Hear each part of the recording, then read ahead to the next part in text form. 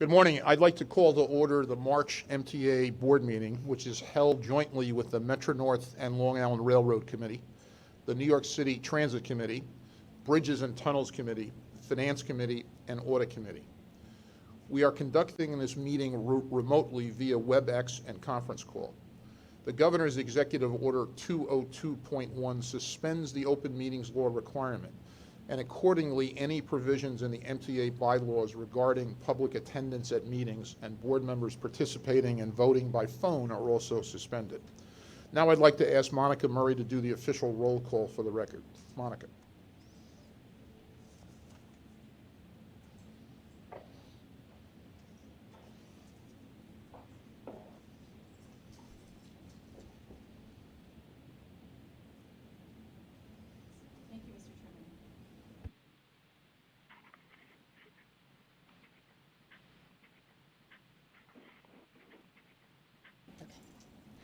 Thank you, Mr. Chairman. Board members, I will now do the official roll call in alphabetical order. When I call your name, please verbally indicate your presence. Andrew Albert.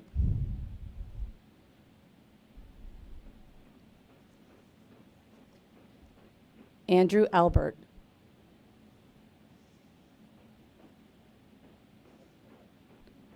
Norman Brown. Here.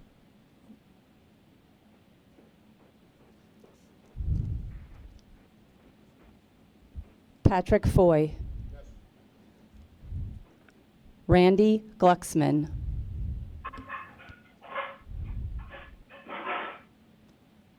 Rhonda Herman. Here. Yeah, Randy Glucksman is here. David Jones. I'm here, present. Linda Lacewell.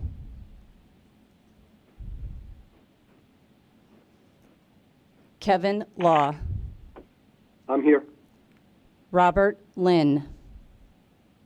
I'm here. David Mack. Susan Metzger. I'm here. Heda Mahaltsis. I'm here. Robert Mujica. John Samuelson. Larry Schwartz. Here. Vincent Tessitore. I'm here. Neil Zuckerman. Here. Here. Mr. Chairman, we have a quorum. Thank you, Monica. Later in this meeting, agency presidents and staff will submit procurements and actions for a vote.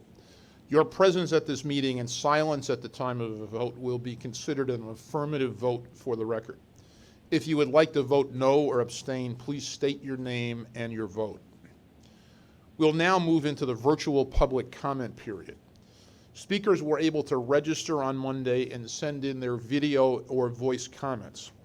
I note that this approach goes above and beyond what's required for public comment in the suspended open meetings law.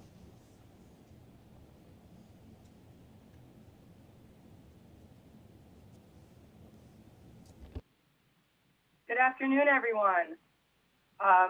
We have 13 members of the public registered to speak today. The first 30 minutes of public comment will be delivered to the board meeting, and the remainder will be posted online for the public and board members on March 25th. I'd like to remind our speakers that, in the interest of time and fairness, we will limit you to 2 minutes. Please be aware that we will be using a warning beep to remind you that you have 30 seconds to conclude your remarks, and then I will ask you to conclude your remarks. We appreciate your patience and understanding as we work through our first virtual public comment session. Our first speaker today will be Brian Thomas Burke, and for our speakers, we'll start your 2 minutes when you start speaking. So Brian Thomas Burke will be followed by Theo Allen. Good afternoon, and thank you, MTA Board and the public. Yes, my name is Brian Burke. I am a whistleblower. I want to congratulate first interim President Sarah Feinberg for her new position. I did reach out to your office last week. I spoke to a gentleman, Rich, not to name at this time, because of course he hasn't done anything wrong at all.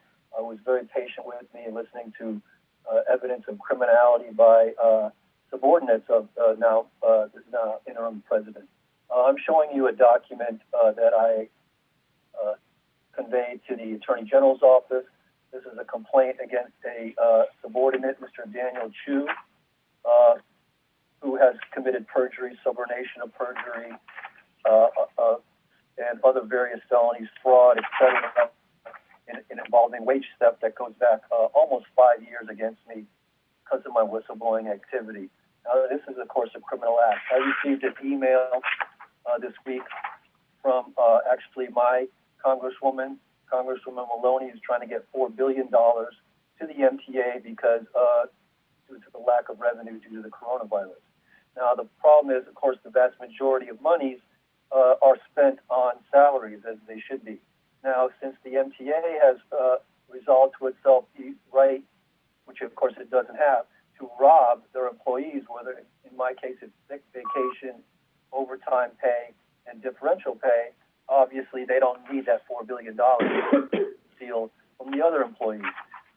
So I'm asking that Ms. Feinberg and the board instead reverse this policy of criminality, pay their employees, and then they would seem to have a right to the fiduciary responsibility to pay their employees as per rule. And per contract, I already point out that Mr. Chu claims that I was already paid. Of course, this is the fraud. So, I want to thank you. Summarize your remarks. Yeah, so thank you. My phone number is 646-434-8513. Thank you and have a good day. Thank you. Our next speaker will be Theo Allen, followed by Rachel Foss. Theo? Thank you, MTA folks, for having this interview and complying with the Public Authority's law to allow 30 minutes of public comment. My big concern with the public ridership is that with it being down 90% in the AM peak on Metro North, 2/3 on Long Island Railroad, and 50% on buses, 60% on the subways, the MTA is running full weekday service.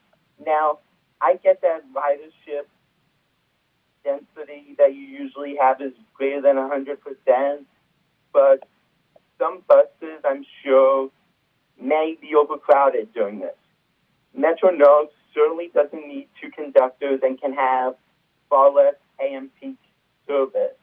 Long Island Railroad can probably do the same thing, so the MTA really needs to look at cutting service so that it can save PPEs and not do anything extraordinary to limit the ridership and limit how much it has to clean every single day to keep New York safe and stop the spread of this virus that we all want to see end. And that's it. Thank you. Thank you. Our next speaker will be Rachel Foss, followed by Christopher Grimes. Rachel? Hello. Can you hear me okay? Yes, thank you. Okay, thank you. Good morning. My name is Rachel Foss. I'm the Senior Research Analyst for reInvent Albany. We advocate for more transparent and accountable government, including for state authorities like the MTA. First, we would like to thank the staff, board, and frontline workers of the MTA for their public service as the COVID-19 pandemic continues to hit New York. We know you are working long hours to protect New Yorkers by sanitizing and keeping the system running. The medical personnel and countless others continue to treat, protect, and keep supply chains open for New Yorkers. We also thank the MTA for piloting virtual public comment to try to uphold the spirit of public comment portion of the board meetings. Should meetings continue to be held virtually, we hope you will learn from this experience to improve public comment for future meetings, as well ensure that the spirit of the open meetings law is upheld. Perhaps most urgently, we and many other advocacy groups have joined the MTA in your call for at least $4 billion in initial emergency rescue funds from the federal government. In our joint letter to the New York congressional delegation from last week, we said that $4 billion is the minimum needed. As the crisis continues to unfold, the MTA will likely need even more to recover financially. The American Public Transit Association is now asking for $16 billion for the nation's public transit systems. Given that the MTA has 38% of national ridership, the MTA share would be $6 billion. This is why our groups are also asking the MTA to release timely and complete ridership and financial information in an open data format so the advocacy community and our elected representatives have the information necessary to fight for federal funds to save the MTA. This should include daily and weekly ridership and toll numbers compared to past years, and include fare box and toll revenue losses. The MTA should also show those lost revenues from dedicated taxes, as well as projected losses, looking at best, medium, and worst case scenarios, given that this crisis is very fluid. With this information, we will be best able to work with you to secure desperately needed federal funds. Thank you again for your service. Thank you. Our next speaker will be Chris Graves, who will be followed by Deborah Graves. I'm here. Good afternoon, everyone. I'm Christopher Debright, member of the New York City Transit Riders Council member, as also the accessibility to the MTA, as well as Long Island Railroad ADA Task Force. One thing I do want to thank how we trying to keep the trains and buses clean, but we do need to remind our bus drivers at this time that, you know, since you're entering the back of the bus, they need to make sure they come in all the way in the curve, because the issue is still going to be that short people can still, it's very hard for them to get in. Also, we need to make it very clear that walkers who can, it's hard for them to get on the bus. Even today, it's raining maybe, but some of them, you know, may still have to do what they have to do. Yes, they must stay home, but at the same time, we need to make it clear that walkers, wheelchairs still have that right, and still needs to be more clearly information needs to go out to the community, because there are a lot of mix-up information going out there. Understand that right now we are supposed to stay home, stay healthy, but at the same time with these free testing sites, it will make that some bus areas like the Javits Center, hospitals, we need to make sure these things are, you know, we need to prepare for these at this time indeed.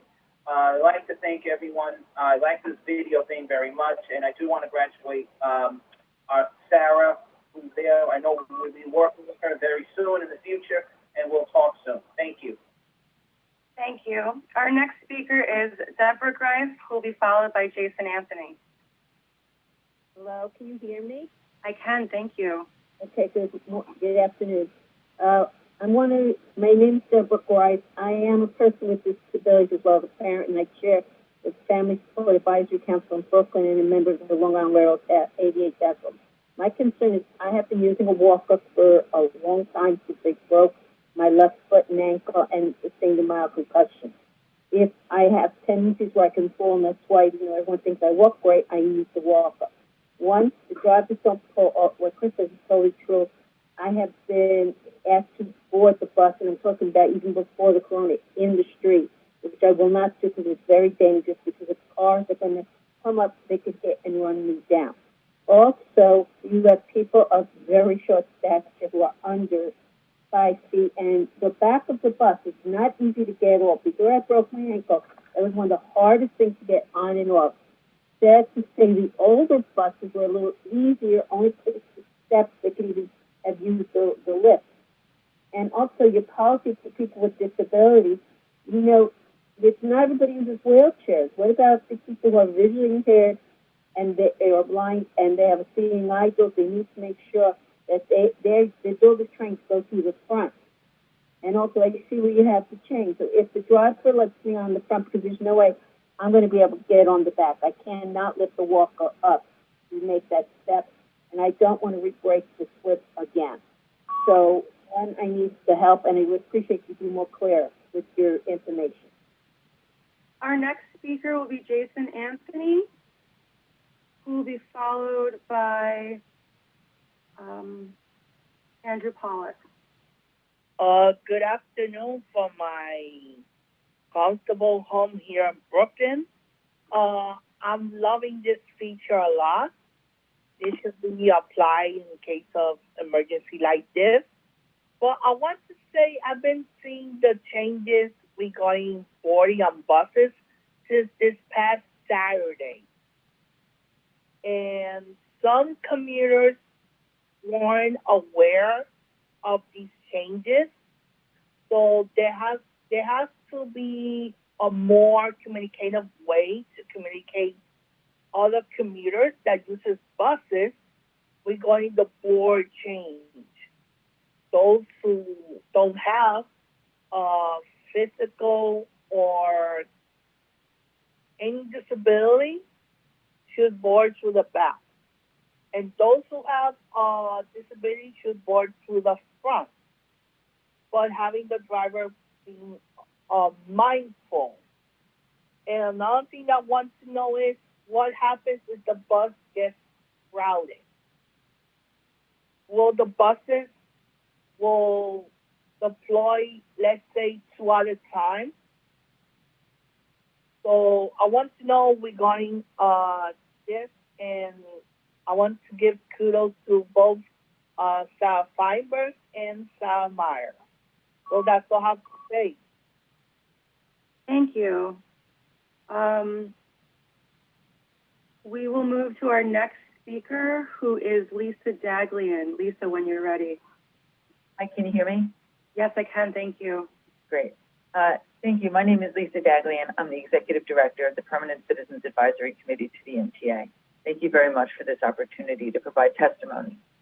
These are extraordinary times, nothing like we've seen before, even through Sandy, even after 9/11. We commend the MTA leadership and every one of the men and women who are moving New York and ensuring that frontline workers can get where they need to go.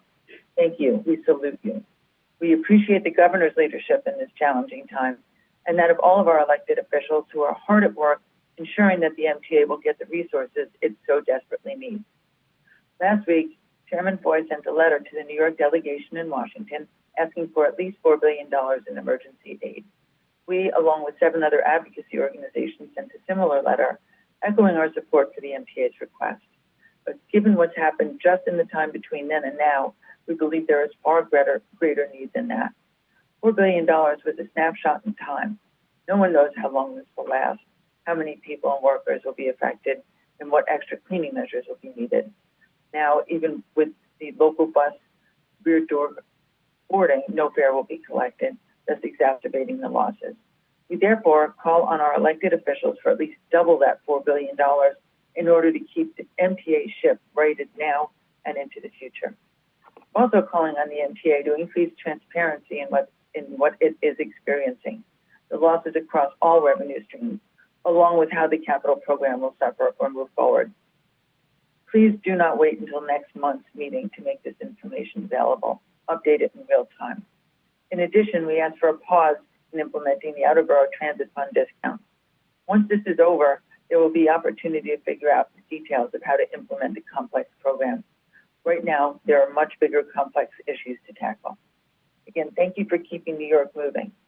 Please let us help you as you seek federal aid in this time of crisis. Thank you.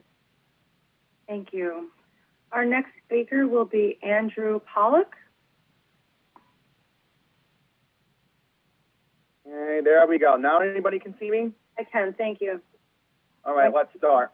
Okay, hello everyone. Thank you all for letting me speak to you under this unfortunate circumstances. So a couple things. Number one, I want to apologize to President DiCarenzo for my comments last month regarding the Verrazano Bridge, and I'm glad that he clarified that I was wrong about the double tolling. It's going to be a split toll for the Verrazano. And I actually did the math, and turns out if it does go into effect, the current easy pass to go into Staten Island is $12.24. So if you do the math, 612 and 612 round trip between Brooklyn and Staten Island would be that price, of course. Second, I want to thank the MTA for delaying the Queens bus redesign until the COVID-19 pandemic does die down, of course, because right now it isn't really appropriate to have the meetings, and since everything was canceled, I'm glad John Liu I'm glad John Liu made sure that our voices will still be heard.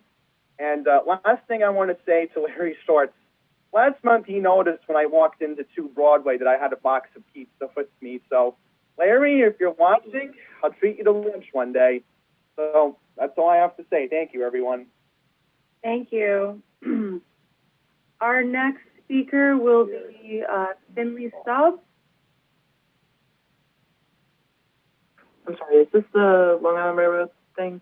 So we're collecting comments for all of the MTA committees today. You have 2 minutes. All right, cool. Can I do the Long Island Railroad one first? Sure. All right, cool.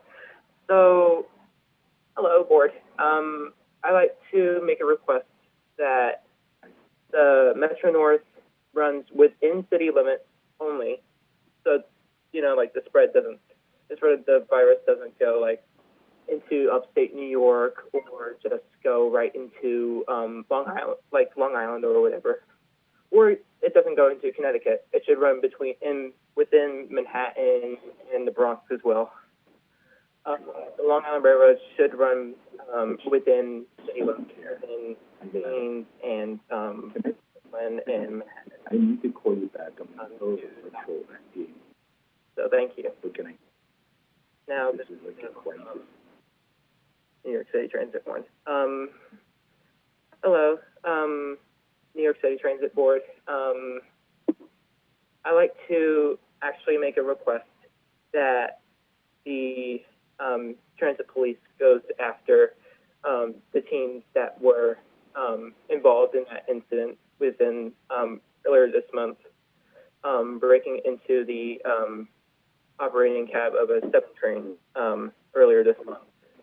They should actually receive a ban because this kind of thing is really dangerous and we should just prevent it. That's all there is to it. And I saw the mock-up of the new turnstile at J Street Metro Tech. I really think that it will stop fare evasion because it's a problem. It's the same design as the London Underground turnstile, and it's a good design, and that will stop fare evasion. So just please use it.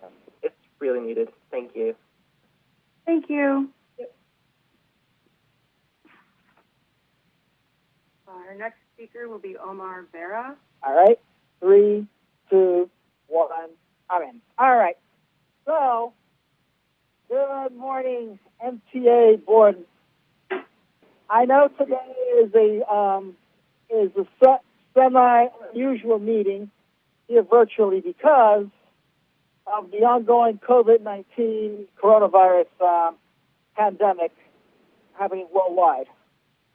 I just want to say thank you all for being here and for working very hard to help our first responders and to help everyone get back on track in this during this terrible outbreak.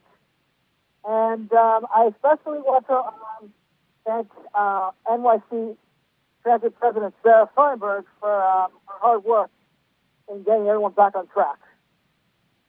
Thank you, Sarah. And as for the rest of the board, and MTA staff, thanks for your hard work. And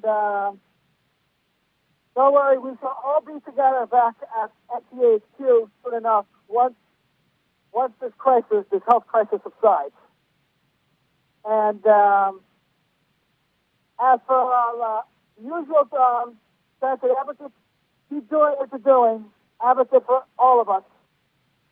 We shall overcome this crisis, and we shall be back at 2 Broadway soon enough, because we're all in this together.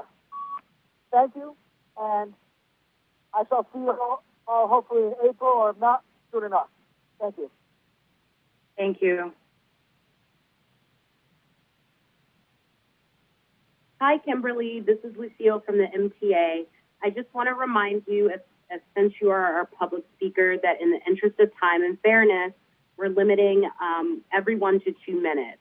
Please be aware that there will be a warning beep to remind you that you have 30 seconds to conclude your remarks. Thank you for your patience and understanding while we do this virtual public comment session. So you can begin when you're ready.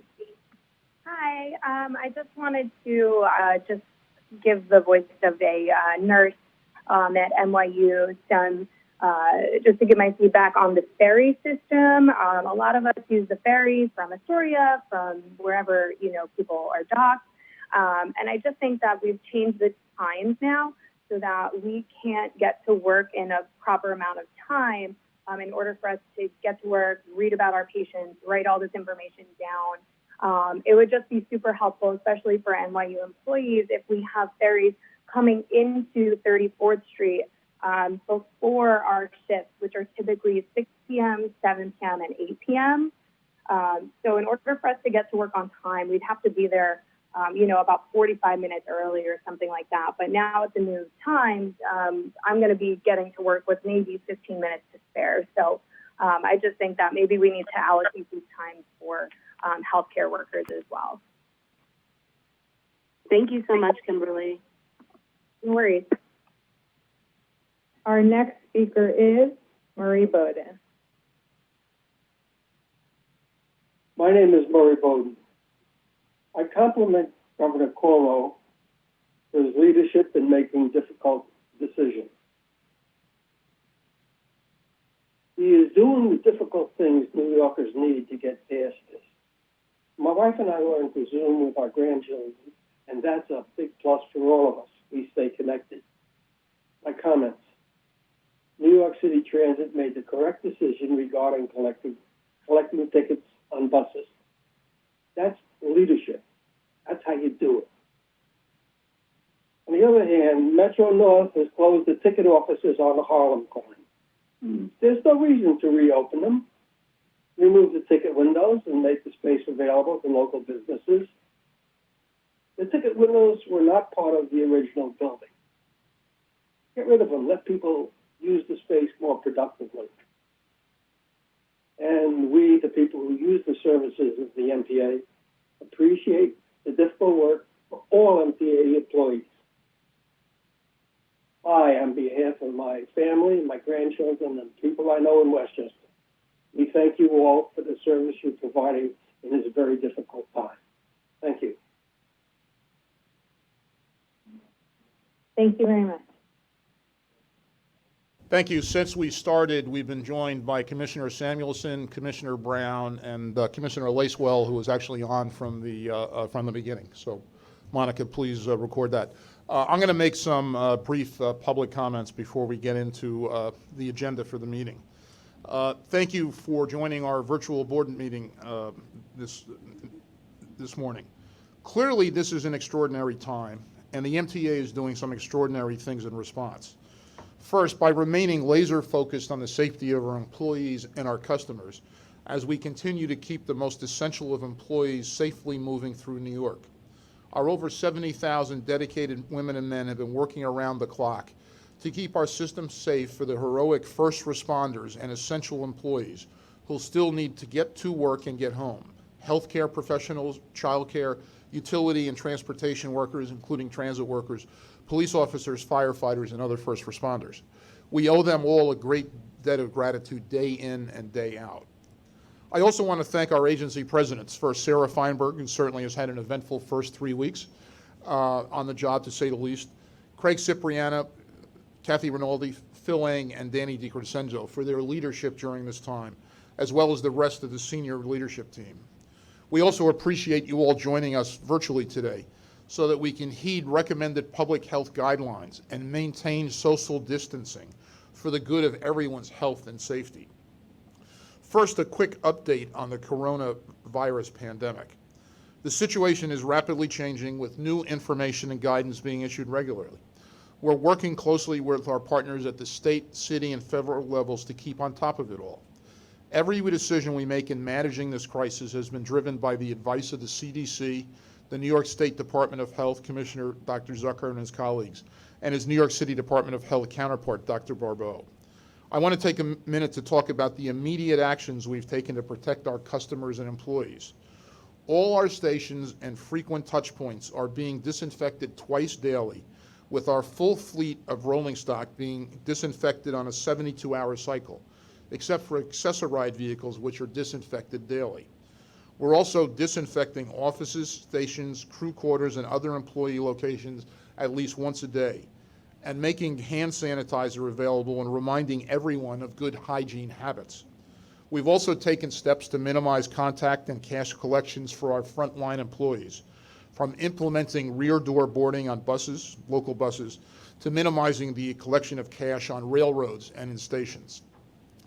In order to protect vital, one-of-a-kind operation centers, we've deployed medical personnel to monitor the temperature of the staff in these facilities to prevent symptomatic individuals from possibly contaminating others within these centers.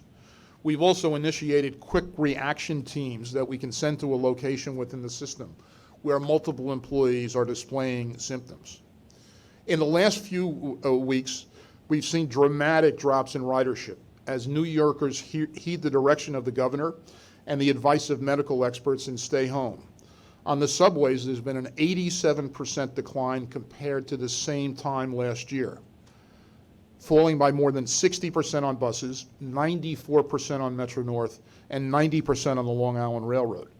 Bridge and tunnel revenue, which subsidizes mass transit at the MTA, has declined 59% as of yesterday. This has two significant impacts for the agency, a financial one, which I'll speak more about in a moment, and impacts on service. As we announced yesterday, the MTA is moving to implement the Essential Service Plan, which was developed in close consultation with groups representing the heroic workers on the front lines of this pandemic, including hospitals, utility workers, and the city and state of New York. The MTA Essential Service Plan went into effect on the subways today and will be rolling out on buses, Metro North, and Long Island Railroad in the coming days. Across all of our services, we are monitoring ridership constantly and will make adjustments as needed. The complete MTA Essential Service Plan is available on our website, the My MTA app, and on countdown clocks in stations and on platforms. Reducing service is not ideal, but it's the right thing to do right now. That step will protect our workers on the front lines by giving us more flexibility in scheduling. Safety for our employees and our customers remains our #1 priority. Now for a moment on financial impacts. It's starkly clear that this pandemic is a national and international crisis. Entire American industries have come to a dead stop. Restaurants, hotels, commercial aviation, real estate development, and others. The MTA is no different. Every company and agency is currently suffering from a lack of liquidity. In the case of the MTA, this is driven by the fact that our fare box and toll revenue is about $8.5 billion in a normal year, about half of the operating budget needed to run the MTA.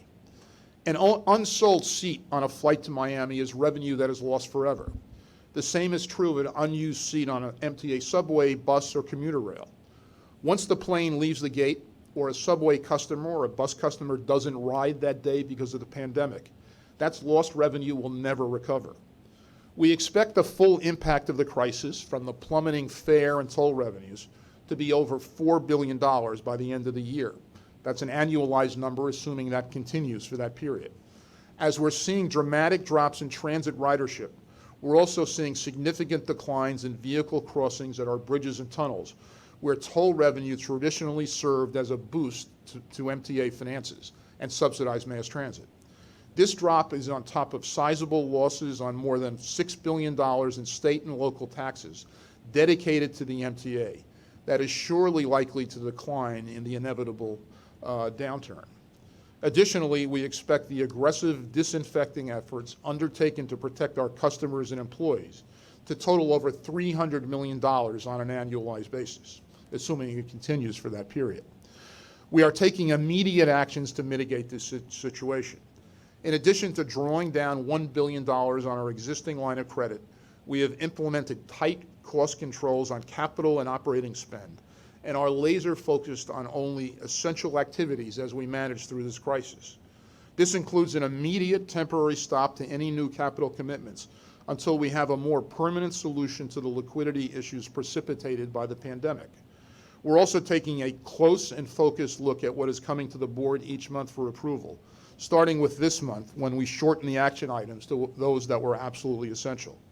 We're also working with our state partners for legislative changes to preserve flexibility and help manage our operating cash flow. Thanks to these immediate steps, our Chief Financial Officer, Bob Foran, estimates the agency's liquidity to be approximately $3.5 billion by the end of March. That may sound like a large amount, but I note that it costs more than $300 million each week to operate the MTA. But given the dramatic drop in ridership and revenue, and the fact that this health crisis means ridership will continue to be depressed in the months to come, The only realistic solution is a substantial federal funding commitment. The scale of the operating budget deficits the MTA and other agencies face is unprecedented, and this is an extraordinary time calling for extraordinary measures. We have called on Congress for a national solution to a national crisis, together with a coalition of transit agencies across the nation. In New York, without at least $4 billion of federal grant funding, the MTA will be unable to pay its obligations, including making payroll for a critical workforce of approximately 70,000 employees that is working hard on the front lines of this crisis, a workforce that has already kept New York moving after 9/11, Superstorm Sandy, and countless other disasters. Scaling back service won't be enough. The $2.8 billion in savings we've already committed to achieving through our budget reduction program and transformation efficiencies won't be enough. And allowing critical state of good repair investments we've fought long and hard for to be gutted in favor of operational costs is a non-starter. Such a huge blow would come at a time when we have achieved tremendous progress across the system. Subways, buses, and commuter rails alike, on-time performance has achieved sustained improvement, and ridership has been steadily growing, defying national trends. Our New York congressional delegation has been fighting hard as our champion in Washington, as they did after Superstorm Sandy and 9/11, and we thank them for it. Early this morning, the administration and Congress reached a deal on a $2 trillion relief package. This morning, in a letter, Senator Schumer confirmed that the relief package includes the $25 billion requested by public transit agencies across the nation, including $4 billion dedicated to the MTA. That's, of course, subject to the President signing the bill. We applaud Speaker Pelosi, Senator Schumer, and Representatives Nita Lowey, Peter King, Carolyn Maloney, Sean Patrick Maloney, Jerry Nadler, Lee Zeldin, and others. Now we're calling on Congress to send the bill to the President for signature. As Senator Schumer said this morning, passage of the bill is not cause for celebration, but rather done out of necessity. We also thank our labor partners for standing with us in advocacy with respect to the $4 billion.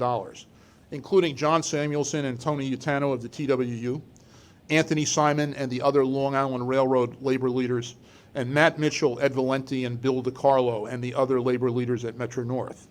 This funding is critical, not only to ensure that we can continue to operate through the crisis, but also serve as the catalyst for economic growth once the pandemic subsides and the country's pulse begins beating again. I also want to be clear that the full impact of this pandemic is still unknown. We're only 3 weeks into it, 3+ weeks. We've planned for disruptions in the past, but never on this scale or scope. We need $4 billion, but we're only at the starting point of this crisis. We will need substantially more than that to survive. We're the lifeblood of the New York economy. The state can't recover without a strong public transportation system. It's imperative that we pick up where we left off in improving the system, resuming growth once we move past this crisis. Approval of the minutes. The minutes of February's meeting have been distributed to all members. Are there any corrections or omissions? If not, may I have a motion to approve the minutes? I move it. Second? Second. Larry, you second it? Thank Yes. you all. Thank you all. All in favor? Aye. Any opposed? Aye. The minutes are approved. Thank you. I'm now going to turn the floor over to Bob Foran, our Chief Financial Officer, for a report. Bob. Thank you, Mr. Chairman. Dramatic declines in MTA's public transportation system ridership and fare revenues and MTA bridge and tunnel crossing traffic and toll revenues have occurred at an accelerating rate. Based upon preliminary revenue data from last Friday through yesterday, the current weekly revenue loss for MTA and TBTA as against the February plan projections is estimated to be $125 million. And if extrapolated out for a full fiscal year at the current level of ridership and traffic loss, could result in an estimated MTA-wide revenue loss in excess of $6.5 billion. While we cannot estimate the duration of the pandemic and the reduced use of MTA services, if the current levels are sustained for 6 months, and then followed by a gradual 6-month return to pre-pandemic ridership and traffic levels, the estimated revenue loss could reach $4.9 billion. There's no assurance that such level of ridership and traffic decline will not deteriorate further, or on the positive side, that the COVID-19 emergency will not subside and ridership and traffic improves differently than this assumption. As provided in the February plan, MTA relies upon approximately $6.4 billion in state and local subsidies and dedicated taxes. The financial stress which MTA is experiencing as a result of the pandemic is being similarly felt at all levels of government and in the social and financial lives of MTA patrons and the state and local residents. This can be expected to have an adverse impact on state and local revenues, on dedicated tax collections, and thus on the capacity of the state and local governments to maintain or raise the level of financial support to MTA during this crisis.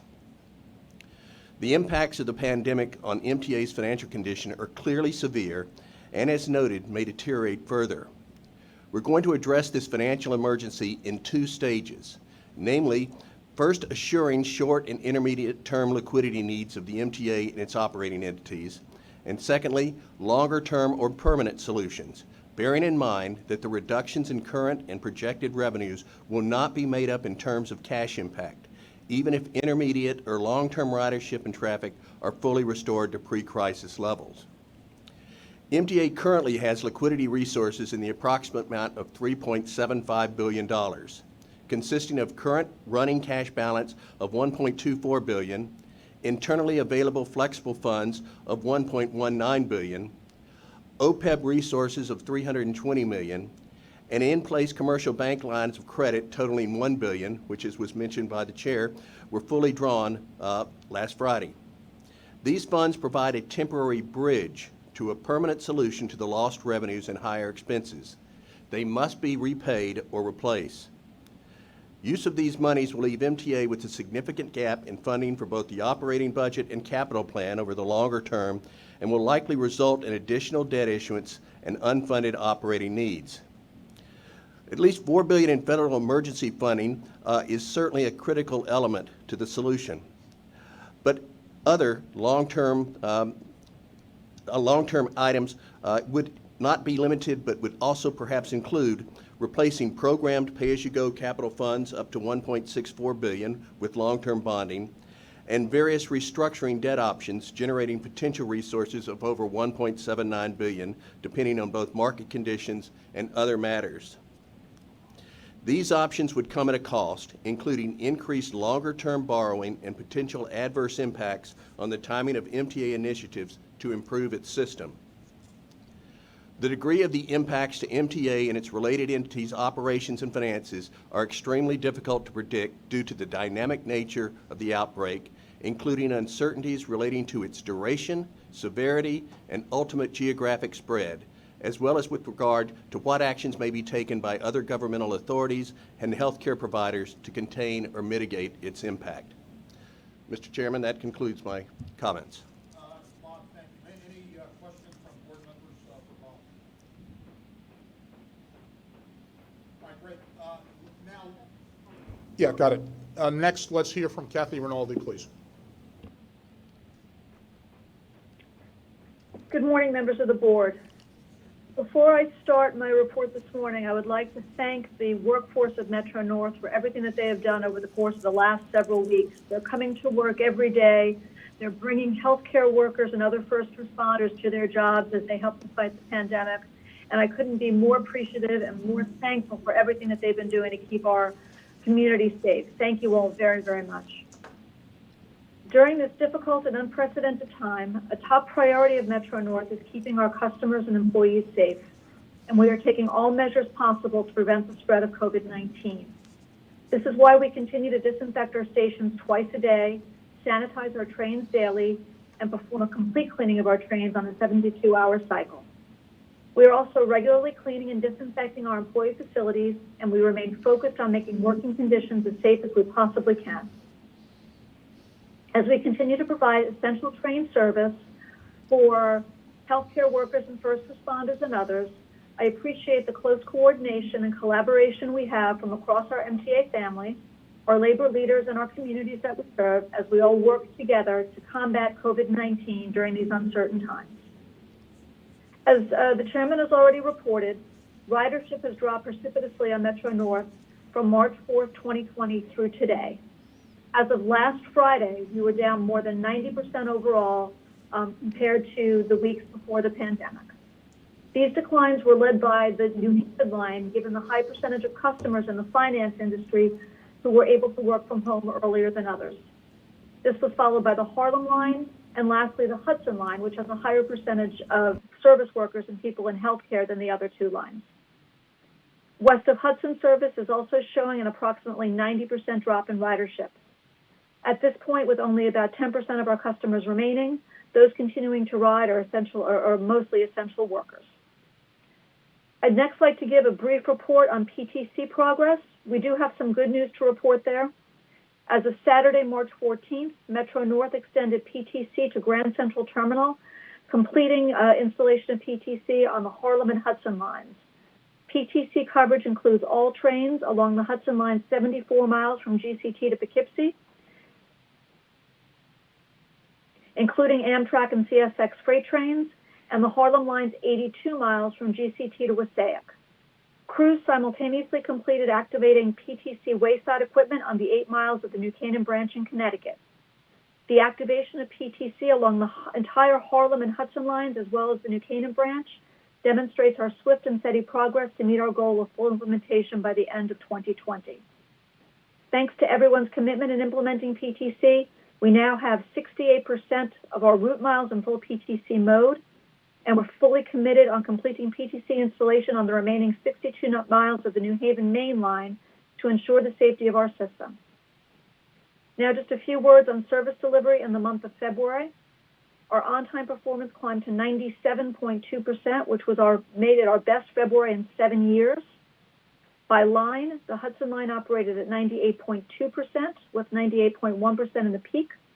The Harlem line was at 96.7%, with 95.1% in the peak. The New Haven line was at 97.1%, with 97.2% during the peak. We could not perform at this level without the dedication and commitment of our workforce, who rise to the challenge every single day. And again, in closing, as I began, I would like to thank everyone at Metro North for their efforts during these very challenging and frightening times. Public transportation is the lifeblood of our region in good times and is absolutely indispensable in times like these. I'm proud to lead Metro North, and I'm so proud of my colleagues. And I want to thank them all to be safe. There's one competitive procurement this month for approval in a not-to-exceed amount of $2 million. It's a contract modification to an existing miscellaneous service contract with the firm Clearaway Industries. The modification is for ongoing scheduled brush and tree cutting services for Metro North's Harlem and Hudson lines, as well as emergency services to remove tree and brush that are deemed dangerous, damaged, or that have fallen throughout Metro North's entire territory. I submit this procurement item to the board for its approval.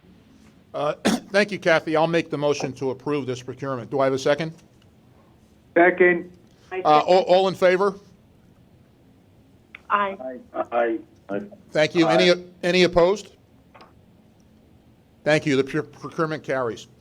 Phil, please, Long Island Railroad report. Thank you. Good morning, everyone.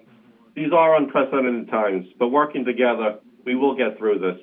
To the public and all the first responders, healthcare workers, food service workers, transportation workers, including many of our own, that are out helping to battle this pandemic and save lives, you have my assurance that the Long Island Railroad workforce is taking extraordinary measures to do our part to flatten the curve and combat the spread of COVID-19. That is why our essential service plan, starting Friday, March 27, has been developed based on field observations of travel patterns over the last few weeks in order to accommodate our current ridership levels. The schedule will be available shortly and will protect the ability to practice social distancing throughout the day on the railroad. We will be monitoring ridership during the initial phases of the new service plan and be prepared to modify on the fly with additional trains that are pre-positioned in our yards. This is only possible due to the dedication and courage of our employees, both frontline and those behind the scenes, as well as the leadership and support from our labor partners, whose contributions have been instrumental. Together, we are rising to this challenge as we battle this pandemic, ensuring that essential employees can continue to depend on us. Together with our sister agencies, we are doing our part to provide essential services and protect New Yorkers. With regard to essential projects, one of them is positive train control. While our system integrator and their vendors are facing the same challenges as all of us, we all remain committed and on target to hit the December 2020 deadline. We recently hit a significant milestone, running another 108 miles from Ronkonkoma to Greenport and from Patchogue to Montauk, placing these sections into extended revenue service demonstration, bringing us to 72% of our 305 total route miles. We're also making progress with Amtrak and the FRA regarding Amtrak's proposed alternative solutions in Harold interlocking and their back-to-back software for their trains to be interoperable as they operate through Harold. There is more information in the book. And as for our monthly reports, I'm pleased to say that our on-time performance for February was 94.3%, best February since 2012. This was 2.2% better than last year. Additionally, our ridership growth continued prior to COVID-19 in February, and we're proud as we work to get through this crisis. We're planning to be ready to support the future. One last report, our 2019 annual satisfaction survey is also in the book, and there's more detail available in there. But overall, we're seeing that our customers are acknowledging and experiencing the efforts of our workforce and the positive changes that we were making prior to COVID-19. I want the public to know that with each of us doing our parts, we will get through this together. Thank you to the public who can stay home and who are doing so. Thank you to all the essential workers across the island and New York, including our own represented labor workforce and management. Not only are they dealing with the pressures of the job, but with immense uncertainty at home and in the world, their professionalism never ceases to amaze me. Their safety and that of our customers will always be our preeminent concern. To our labor partners, their commitment, their communication, and support has been key in helping to keep the Long Island Railroad running. I wish all who have been affected with the COVID-19 at Long Island Railroad MTA a speedy recovery. And to the board and to the public, the Long Island Railroad is here for you, and thank you very much. Any questions for Phil? All right, thank you, Phil. Sarah, a report on transit, please. Thank you. Good morning. So a couple things. First, we have been hearing a lot of numbers every day from the governor, from the mayor, from the president, from the CDC. And the latest number that we heard yesterday was 52 confirmed positives at MTA. I don't want us to miss the forest for the trees. These are our colleagues, and our thoughts are with them and with their families, and we wish them well. And, some of them are struggling with mild versions of this virus, and some of them are extremely ill. And so we are thinking about them all the time, and they are in our thoughts, and we are praying for them, and we're sending them good wishes, and we are looking forward to welcoming them back to work. So many have said it. I just want to add my voice to it. In addition to the 52, of course, there's 74,000 workers who are showing up every day. Some of them are teleworking for New York City Transit. We have thousands on telework and tens of thousands who are showing up every day, operating a safe and efficient system for those essential workers who need to get to where they're going to take care of those who are impacted by this virus.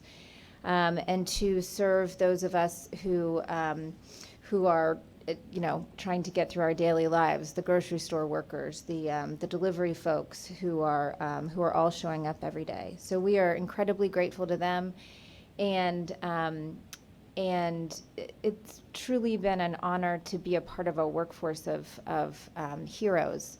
It has been, Mr. Chairman, you noted a tough couple of weeks, a trying couple of weeks. It's hard to believe it's only been weeks. It feels like it's been a lot longer than that.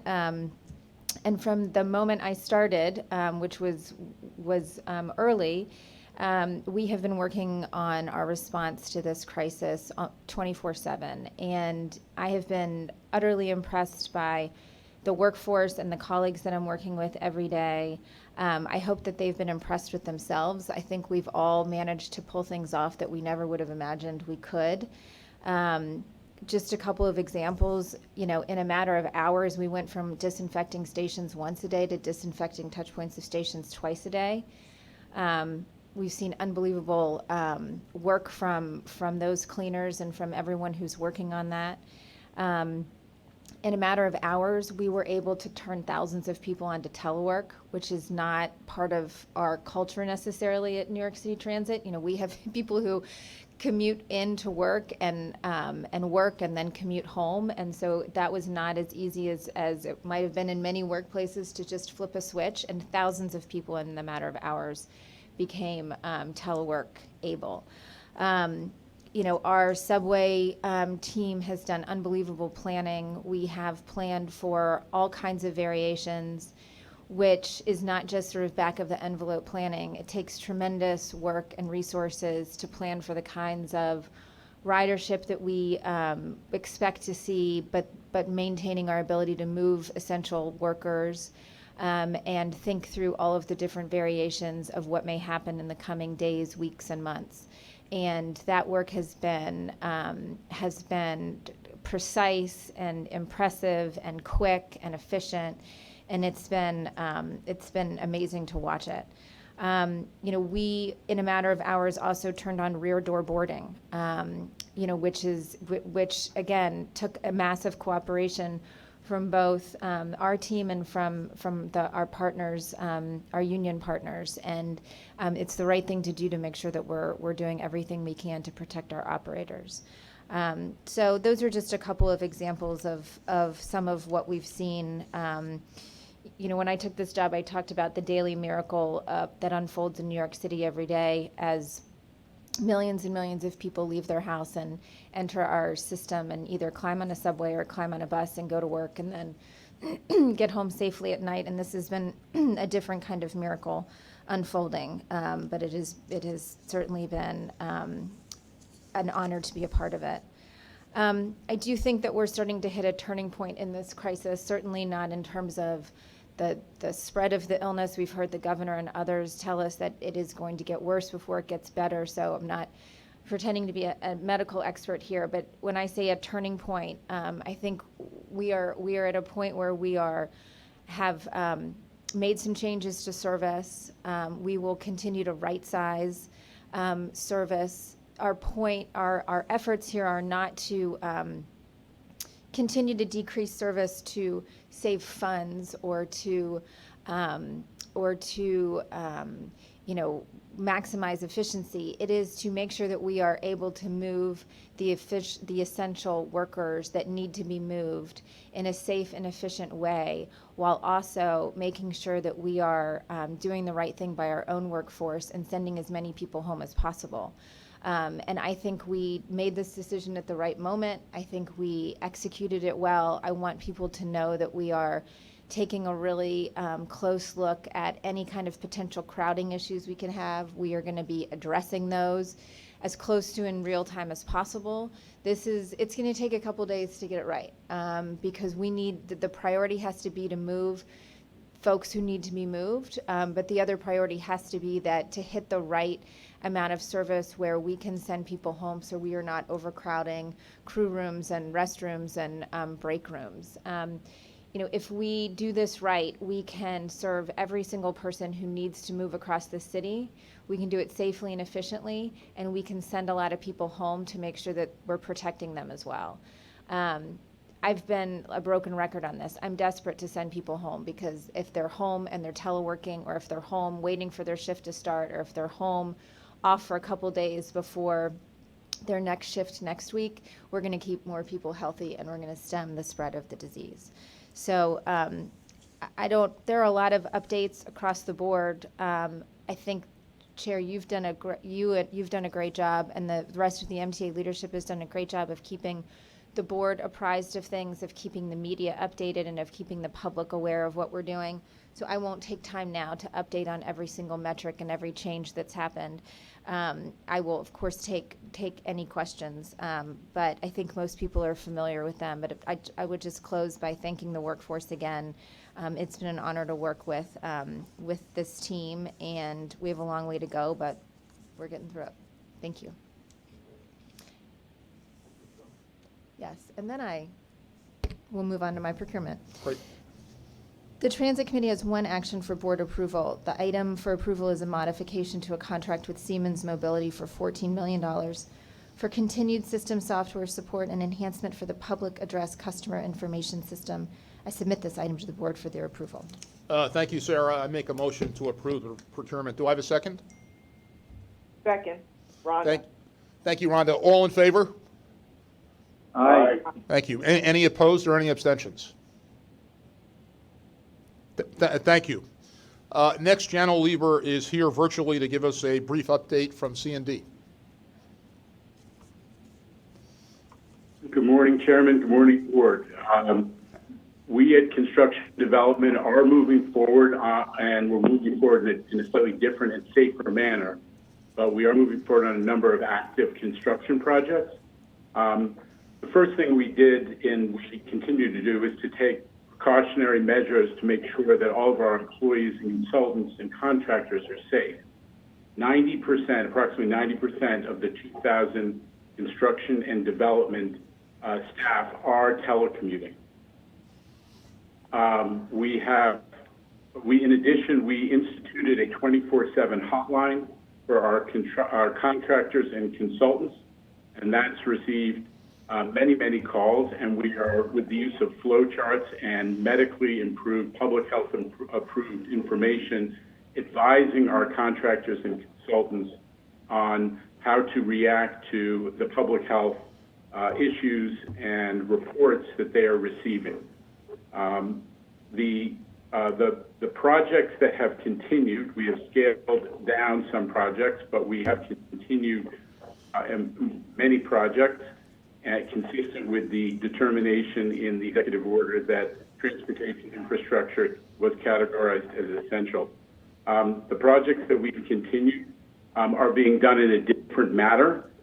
They have been re-examined logistically and otherwise to make sure that separation is maintained on the sites. There's no sharing of tools.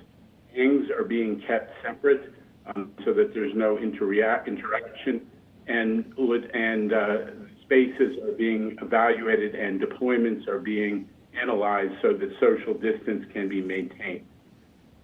In addition, over a week ago, we developed an app so that projects could report both their COVID-related health information and impacts, and also to report on their status. And now we're receiving roughly 225 project reports daily through the app. In addition, we are managing a range of supply chain issues, elevator and escalators becoming unavailable, or deliveries not being possible to be made because of the public health crisis. But so far, we are managing those reasonably well. We have approximately 6 projects at this point that have been closed down for public health reasons because of positives being identified or otherwise. And we've accomplished responsive cleaning of approximately 10 projects, which we've been able to deploy very quickly when public health information called for it. So I would say we are also planning and executing on scaling down some of the work in recognition of the fact that both the contractor workforce and our own MTA workforce is likely to experience issues of availability to the public health condition that we're all focused on. So that is my report, broadly speaking. I would note that on the agenda originally, I had a modification, a retroactive modification for the acceleration, an elevator project after consultation with the chairman and the CFO. We've elected to hold that back, consistent with the reality that we have to re-examine our financial position. That concludes my report. And I just wanted to acknowledge before I finish, not only the extraordinary efforts of the MTA staff and consultants, but also the collaboration that we've had with the trade associations and labor.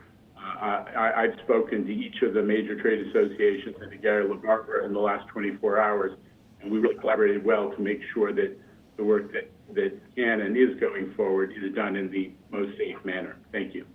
Jano, thanks for the report. Any questions for Jano? Yes, I have one. It's Andrew, Jano. Does this now impact the completion of the Canarsie 2 work? Do we know if that's going to be still end of April or thereabouts? I anticipate that will be completed. We had a successful weekend, although this was a major logistics reorganization for safety purposes on that. But we did have a successful weekend of work on a double track outage this past weekend, and so we are anticipating completion of the tunnel portion of the work in April. Terrific. Thank you so much. All right, great. Let's hear from Bridges and Tunnels. Danny, please.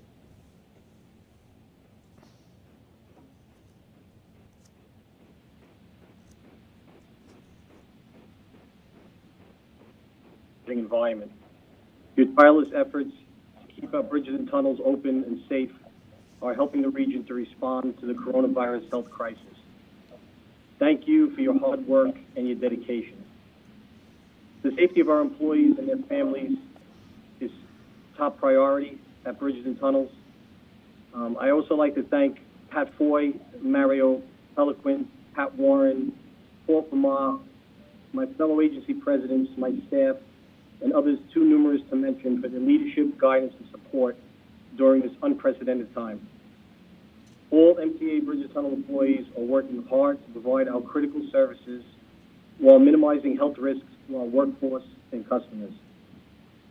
I also wish our employees and our employees that may be impacted by this virus, or their family members, for a speedy recovery and for all to stay well.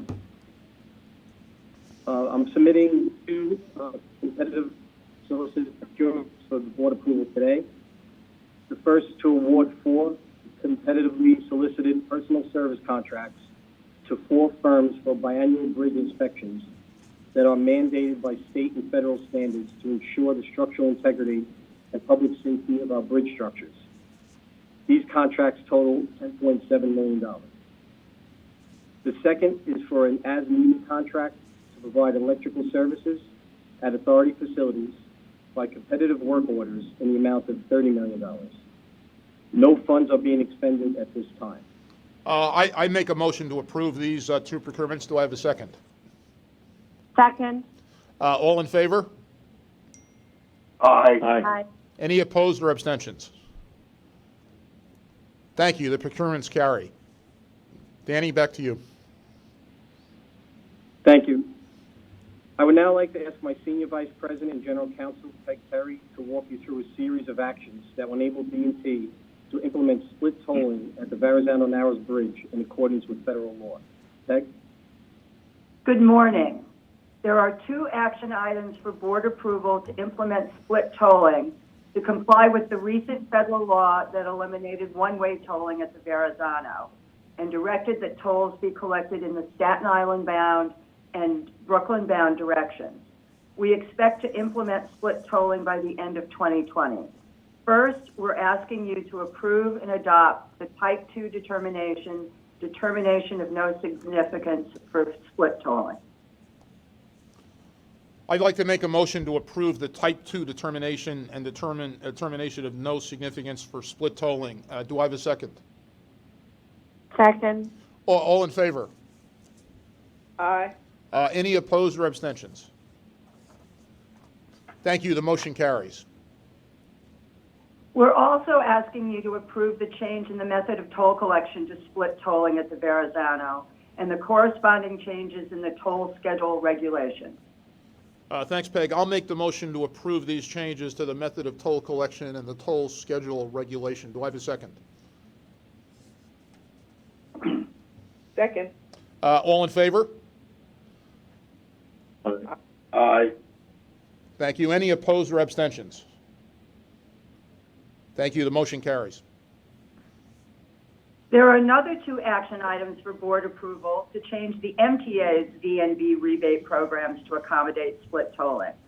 First, we're asking you to approve and adopt the negative declaration for the changes to the rebate programs. Before I make a motion to approve and adopt the negative declaration, I just want to make the following observation, which is that we expect that split tolling will generate an incremental $10 million in revenue for the MTA on an annual basis. I make a motion to approve and adopt the negative declaration. Do I have a second? Second. All in favor? Aye. Aye. Thank you. Any opposed or abstentions? The procurement carries. We're also asking you to approve the changes to the rebate program that will go into effect with the implementation of split tolling by the end of 2020. I'll make a motion to approve the rebate programs. Do I have a second? Second. All in favor? Aye. Aye. Thank you. Any opposed or abstentions? The motion carries. I'll call on Pat McCoy with respect to the Finance Committee, please. Okay. Thank you, Mr. Chairman and Board. There's a staff summary on page 43 of the board book, followed by a one-page resolution that seeks board authorization to immediately increase our ability to issue taxable revenue anticipation notes, or RANs, from the currently authorized level of $1 billion up to a maximum amount of $3 billion. We believe this is a fiscally prudent action to provide the MTA with necessary increased liquidity to meet working capital needs during this COVID-19 crisis. The original resolution was approved by the board in July of 2013, and we have periodically increased the amount of the facility. Our statutory authority to issue the RANs provides for a maximum duration of 18 months for a note issue, and notes may be periodically rolled for a maximum outstanding period of 5 years. As we describe in the staff summary, we currently have agreements with JPMorgan Chase Bank for $800 million and Bank of America NA for $200 million. We drew both of these facilities down in their entirety on March 20th. Bank of America has already agreed to increase its facility up to $410 million, and we remain in discussions with JP Morgan for an increase of their facility. Given the increase we're seeking here, we are also reaching out to several other large commercial banks to request their interest in pricing so that we can assemble a diversified lending exposure and to achieve as much as the full amount as authorized. And I'm happy to take any questions if there are any. Any questions for Pat? This is David Jones, and I'm concerned. Obviously, we had projections of what the debt service would look like before this whole disaster. I'll vote for this, but I'd like to get some projections as they come in on exactly what the debt service load is likely to be as we go forward. I will definitely vote for the motion now. Commissioner Jones, we will get you that information. I'll note that we're 3 weeks into this crisis. It is still evolving. The situation with respect to transit revenue is likely to continue to be depressed across the country, including in New York. And obviously, as I mentioned in my comments, the $6 billion of subsidies, that is a very important part of our revenue every year, is undoubtedly will decline. But by how much, it remains to be determined. But your question is a fair one, and we'll respond to it. I'll make a motion to approve this. Do I have a second?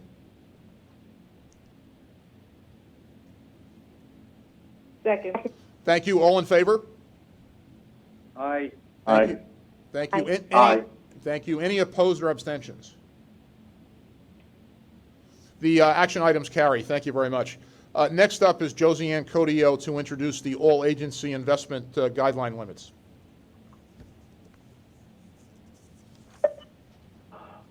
Good morning, Mr. Chairman and the board. The Treasury Department is making a staff study to request approval to increase the investment limit in any one bank or corporation from $250 million to $500 million. With the current decline in the market because of the coronavirus pandemic, we have very few available investment options. The Treasury bills market, which is currently negative. Therefore, we need to adjust our investment strategy while following the investment guidelines.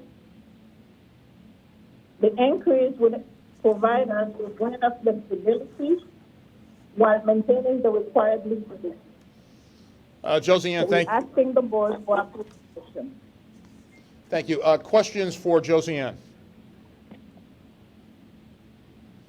I'll make, sorry? It's Linda Lacewell. Could we get a recap? I had trouble hearing that.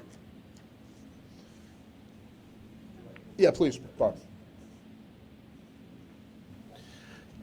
Yes. The Treasury Department is submitting a staff summary to request approval to increase the investment limit in any one bank or corporation from $250 million to $500 million. With the current decline in the market because of the coronavirus pandemic, we have very few available investment options. The Treasury bills market rate is currently negative. Therefore, we need to adjust our investment strategies while following the guidelines. The increase will provide us with greater flexibility while maintaining the required liquidity. Bob, just to be clear, it's not a change in investment policy. It's an increase in the amount of business we can do with any one firm. That's right. Okay, got it. Any other questions? Yeah, Pat, it's Linda again. Yes, Linda. As the Superintendent DFS, I'm just going to recuse myself from this discussion. Linda, I understand. I'll make a motion to approve this action. Do I have a second? Second. Thank you. All in favor? Aye. Aye. Thank you. Any opposed? Thank you. And any abstentions in addition to Commissioner Lacewell? Thank you. The motion is approved. Monica, you'll note Commissioner Lacewell's. Before David Ross, that action is approved. Before David Ross introduces the headquarters procurements, a moment on the transformation RFP, which is before the board for approval today. And I want to be clear on 3 points. Anthony McCord at first and his team continue to work on transformation, but on a different timeline. The situation, of course, is dynamic, and we're solely focused at this time in employee and customer health and having sufficient numbers of employees to run the system. Transformation will proceed on a timeline that prioritizes getting through the pandemic and the liquidity crisis that it has started. And nothing will be implemented in terms of putting consultants to work or taking other actions until the crisis is past us. Second is we've no plans to lay off any employee as a result of this pandemic. Frankly, we need everyone's help to keep our system moving. Third, approval of the RFP today does not mean that transformation begins tomorrow. Anthony and David will speak more about this in a moment, but we will not be moving forward on implementing this contract until the public health crisis is over. And now I'll turn it over to Anthony. Thank you, Mr. Chairman. We seek board approval to award competitively procured specialist consulting services from Argo, Ernst & Young, BCG, and HNTB to help deliver the transformation plan as recommended by Alex Partners and as adopted by the board in 2019. Given the current public health crisis, we have secured exceptional reductions in price to ensure the financial health of the MTA. David Ross, who led negotiations for the MTA, will provide additional details in a minute. We will also delay the start, as Chairman Foy said, of these contracted services until the pandemic is over. Additionally, we have negotiated the right to do two things: to pause the contract for up to 3 additional months and to terminate the contract early as a direct or indirect result of the COVID-19 crisis. It is more important than ever that we adopt best-in-class practices to make the MTA more efficient and more effective in good times and in bad, to support our workers and all those other essential workers who rely on the MTA to do their essential activities every day. Indeed, the transformation's focus in this time of crisis is to make sure that the back office processes, pay, purchasing, IT services, warehousing, etc., are operationally efficient, effective, and resilient, given that non-essential employees are now working remotely and there's a possibility of widespread employee absences due to COVID-19. We will also focus on continuous improvement opportunities that do not impact on resource levels and do not require any additional cash or capital outlay to be put in place. I now turn to David, who will provide additional detail on this critical procurement. Thank you, Mr. Chairman. Thank you, Anthony. So first, MTA headquarters has a total of 10 procurement actions totaling $108,202,000. There are 2 non-competitive actions totaling $12,903,869. They're modifications to contracts with preferred source vendor, New York State Industries for the Disabled, and they'll continue providing janitorial and window cleaning services to New York City Transit and Long Island Railroad. There are 8 competitive actions totaling $95,298,131. The first is an award to TrueView BSI totaling $4,255,883 for employee background verifications and related investigative services. The next 6 actions, the result of the competitive request for proposals to implement MTA's transformation plan. Contract awards will be made in 4 categories of services, 3 of which are included for consideration by the board today. Before speaking about them individually, I'll note that we were able to delay or even cancel work on any and all of them for reasons that include matters relating to COVID-19. So we have a great deal of flexibility with regard to the implementation of these contracts. The first of them will establish a panel of 4 contractors, and the award of specific tasks will be subject to mini RFPs. The recommended awardees are Argo Incorporated, Ernst & Young, HNTB New York Engineering and Architecture, and the Boston Consulting Group. This category covers central engineering, construction and development, safety, health and environment and operating standards, and service design functions. The total aggregate budget is $18 million, but the contracts are $0 contracts, and work will be issued competitively as work assignments are planned. The second recommendation is for Ernst & Young for $64,941,800. This category covers transformation-related services including support functions, finance, procurement, human resources, training, labor relations, legal and compliance, diversity, and EEO. This category also tasks Ernst & Young with providing advisory support to MTA agencies and centralized IT transformation services. The final transformation category award recommendation for today is with Alexander Proudfoot Company for $5,100,448. This third category award covers police and security functions. The final category covers marketing and communications, but that is not in the board package this month. A few notes on the package in general for everyone. First off, these were highly competitive procurements. The support category, which is the largest dollar amount that's going to Ernst & Young, just for example, we had 7 vendors that provided proposals to us, and there were 3 vendors that were viewed in the competitive range through which we engaged in extensive negotiations. We had a selection committee of 6 people that were involved in the evaluation of proposals in that category, and we had 18 individuals providing technical support, technical advice to the selection committee, and they represented 8 different disciplines. So for that category, and in fact for all of the categories, we had a broad range of competition.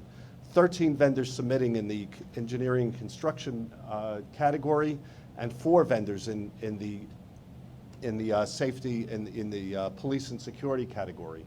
So again, broad competition, a broad range of people representing the entirety of the MTA, evaluating the proposals, and technical advisors in support of them. So I think this was an entirely thorough process, and we reached very, very good results. Finally, as Anthony mentioned in his presentation, we actually made award determinations just before the COVID-19 crisis struck. And realizing that the world had changed quite substantially, we went back to all of the vendors that were recommended for award and sought additional reductions off of what were already highly competitive prices that were already the subject of extensive negotiations with these vendors. The minimal reduction, the smallest reduction received from any of them, and includes 3 vendors in the engineering construction category, were 10%. Argo, which was higher priced than some of the others to begin with in that particular category, offered us 15% reductions off their prices.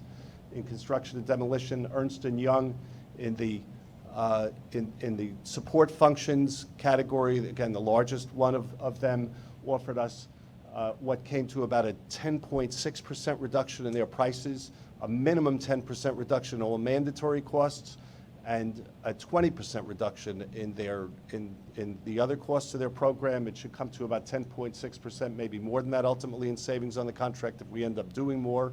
And lastly, in the security and police category, we got a 11.5% commitment in reduction from Proudfoot. So substantial reductions off of the competitively negotiated prices for those contracts to begin with. Continuing, the last action proposed is a 9-month extension of a contract with Corvell Healthcare for medical bill review services to support MTA workers' compensation program totaling $3 million. There are no ratifications proposed this month. I note that the board materials include a prompt payment annual report and the all-agency procurement report. And I'm also pleased to just mention that within the BSC, the vast majority of employees are telecommuting successfully, and the few that have not been able to get connectivity or for whatever reasons technically are not able to telecommute just yet, we're working on getting them online as well. So the BSC is a fully operational operation right now for the MTA. Thank you. David, thank you. Any questions for David or Anthony on these proposed procurements? Yeah, hi, Neil Zuckerman. Pat, I'd like to recuse myself from, I believe, items 2, 3, and 4, according to the list that has been provided, as I've done in private settings that involve general management consulting. Neil, duly noted. I'll also note that you recused yourself, left the room, or left the conference call when these were discussed in board briefings. So duly noted.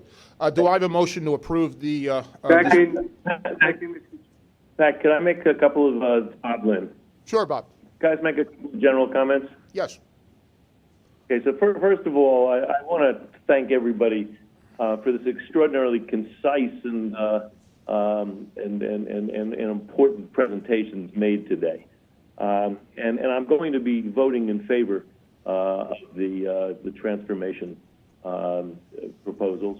But I want to say this, that each day we wake up and we listen and we go to bed through interviews and conversations and thoughts that were once the exclusive province of Hollywood and Netflix, and now it's part of our everyday life. And as many experts warn, the worst is yet to come.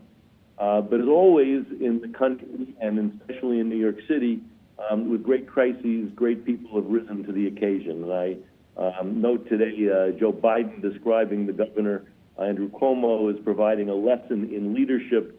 And I'd like to say, Pat, I think the same thing is true with all that you have done. And there's been extraordinary leadership. And I want to also salute the amazing workers, the union leadership, and of course the healthcare community. It's been extraordinary what people have done.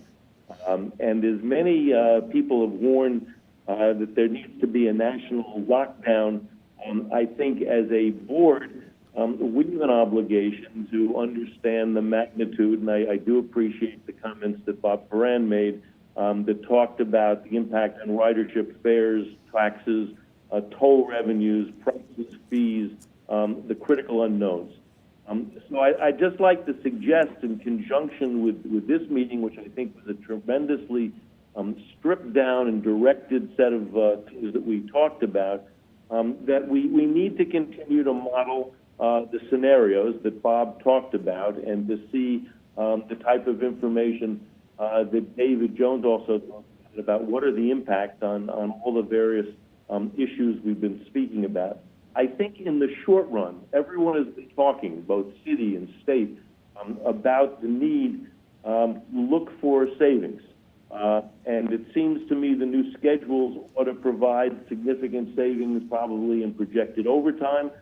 I'm sure that we're not going to be doing the type of hiring that we might have otherwise done. And I would heartily recommend a labor management committee to immediately talk about where we can find savings and what's the type of work that labor and management can do together at this time. Third, I wonder whether, and I'm hearing Janet speak, I wonder whether or not the new schedules provide opportunity to rethink of how we're going to do our capital work and whether there are things that could safely be done in terms of maintenance and repairs now in light of the new schedules that might be well worth thinking about. And fourth, as others have mentioned, that we need to be circumspect with all of the contracting going forward. The market has changed nationally, locally, and we need to consider that with each of the contracts we look at. So I'm happy to hear on the transition proposal and transition contract in such type of effort has already taken place, and that we're going forward with our contractors. I think as the nation pauses, we need to pause to see what can be done in order to reduce costs, what we're going to look like in the weeks and months to come. But I really do think that this is an extraordinarily good meeting, Pat, that you've put together in light of very tough times, and I appreciate all the work that's been done. Bob, thanks for the kind words. To be clear, I do not put myself in the same category as the governor. His leadership on this is personal to me because one of our daughters is an emergency room nurse, and 4 weeks ago she was handling heart attacks and appendix and broken legs, and now she and her colleagues are working on coronavirus all the time. And she and her colleagues that my wife and I know are not political, but they believe the governor is trying to get masks and ventilators, et cetera, and are awed by his work. I will say 2 points in addition. One is Bob and his team are running scenarios on all of the events that have happened, and obviously, as I noted, we're 3 weeks into this, and this story has only begun to be written. Point two is the service reduction you noted will reduce some cost. You're right. 2 points. One is the service reduction was not driven as a cost exercise. It was driven in terms of being able, A, to continue to bring first responders to and from work, but also to reduce social density among customers and employees. And, a week ago, subways were down 52%, maybe 8 days ago. And now they're down, 87%. The number from yesterday, we've gotten, we'll have a number at some point this morning for yesterday, for Tuesday. I think your points, Bob, are well taken. So I will ask for a motion to approve the. I make a motion to approve the described procurements. Do I have a second? Second the motion. All in favor? Aye. Any opposed? And I'll note Mr. Zuckerman's abstention. Is there anyone else who's abstaining? Thank you. David Florio, please introduce the real estate items. Mr. Chairman, real estate has 3 action items for consideration and approval. 2 are leases for travel convenience retail uses within New York City Transit. The first is Messrs. Bai and Bhavani for the operation of 4 locations in the 34th and 8th Avenue subway station. The second is with Mr. Sudhir Patel for the operation of 3 locations in the 34th and 7th Avenue subway station. And the last action item is the annual submission pursuant to statute of real estate department's all agency property disposition guidelines as amended. The details of procedural changes were provided in director's desk. There are, Mr. Chairman, in addition, 6 information items, and I'm happy to answer any questions regarding them. Thank you, David. I'll take them first. Any questions for David? I'll make a motion to approve the real estate item. Larry. Second. Thank you, Larry. Thanks. All in favor? Aye. Aye. Any opposed? Real estate items carry. Thank you. The next portion of the meeting is for the MTA Audit Committee. Monica Murray will record the votes of the Audit Committee members. Michelle Woods. Thank you, Mr. Chairman. We have 7 items requiring a vote. 4 items relate to internal MTA processes, and the remaining 3 relate to work performed by our external auditors, Deloitte. The Audit Committee could not vote on these items in February because the committee did not have a quorum. The 4 internal items are the minutes of the September 25th, 2019 Audit Committee meeting, the Audit Committee work plan, the revised enterprise risk management and internal control guidelines, and the proposed 2020 audit plan. There's one additional change to the work plan. The MTA Audit Committee, scheduled for April, will be moved to May. The MTA is required to adopt GASB Statement 84, in which the fiduciary activities of the MTA are reported in the financial statements. We anticipate having the draft financial statements available in April. Thank you, Michelle. Any questions on these 4 items? I'll make a motion. Do I have a second? I second that. Thank you, Heda. These, all in favor? Aye. Aye. Opposed? Thank you. The motion's passed. Michelle. The remaining 3 items relate to work performed by our external auditors from Deloitte. The first is the audit of the third quarter 2019 consolidated financial statements. The second is the audit of the 2018 financial statements for the following pension plans: the Metro North Cash Balance Plan, the MAPSTOA Pension Plan, the MTA Defined Benefits Pension Plan, the MTA Deferred Compensation Program, the Long Island Railroad Company Plan for additional pensions, and the MTA Retiree Welfare Benefit Plan. The final item is Deloitte's review of the MTA Inspector General's office. Jill Strohmeyer briefed the audit committee last month on the results of these reviews. She noted that there were no significant changes in accounting policies, uncorrected misstatements, or material misstatements. Jill is available remotely to answer any questions on these items. Terrific. Any questions on these items? Can I get a motion, Heda? So move, Pat. Second? Second. Thank you. The items are approved. Any questions before we break from board members? I understand Mr. Law had a question. And I do as well, Pat. Okay, Andrew. Is Kevin going first, or? Why don't we do it I'm happy to alphabetically? go You go first. first. Go ahead, Kevin. Okay, Go ahead, Andy. reverse alphabetically. Kevin. Oh, okay, Pat. Just to be clear, in your presentation and from your discussion with Senator Chuck Schumer, the $25 billion that was included in the Federal Recovery Act, does that clearly state that we're getting $4 billion of that $25 billion, or are we now going to have to double our efforts to ensure that we get $4 billion of the $25 billion? No, so Kevin, first, I want to note the extraordinary leadership of the Senate Minority Leader, Senator Schumer, on this in the entire New York congressional delegation on a bipartisan basis. The $25 billion for transit will yield $4 billion to the MTA, assuming again that the president signs it, and so that's the short answer. Thank you. You're welcome, Andrew. Yes, one for you, Pat, and 2 for Sarah, if I can. When you said there were no new capital commitments, that implies that the existing capital program is proceeding, correct? Well, look, what I said was, at this point in time, on a temporary basis, we are not making new capital commitments. Our primary objective at this point is to maximize cash and to improve our liquidity. And the steps that Bob took, for instance, took on behalf of the MTA, drawing down on the letter of credit, line of credit last week was in accord with that, and we're going to be very focused on maximizing our cash, both on the operating side and the capital side. Got it. Thank you. And this would be for Sarah. Sarah, the suspension of the B, W, Z, and 6 and 7 expresses, does that constitute the 75% of existing service, or is there a further diminution of service in some places? So, understand the question. First,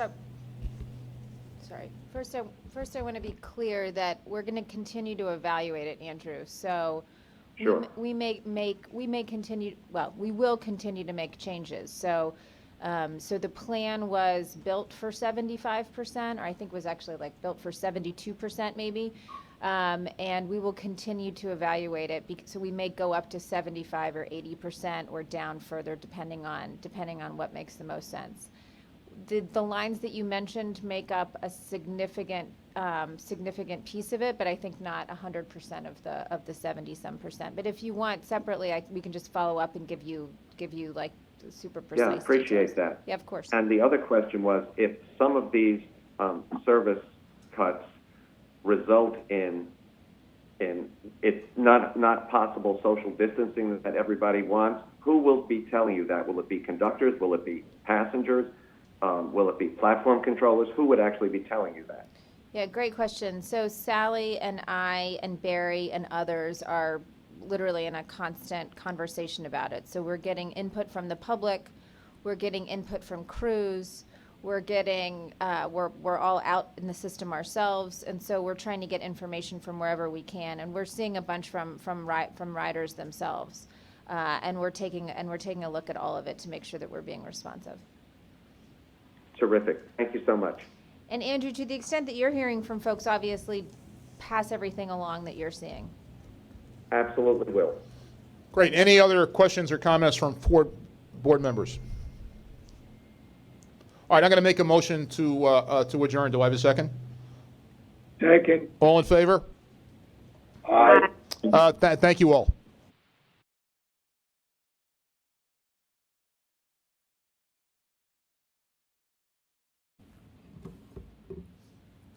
We're ready. Okay, fine. Today at the board meeting, we talked about three things. One is the heroic work of MTA personnel across the agency. Subways, buses, Metro North, Long Island Railroad, bridges and tunnels. People are doing an extraordinary job. 52 of our colleagues are positive for the coronavirus. They are being monitored by health professionals. And we're very focused on their recovery and are thinking and praying for each of them.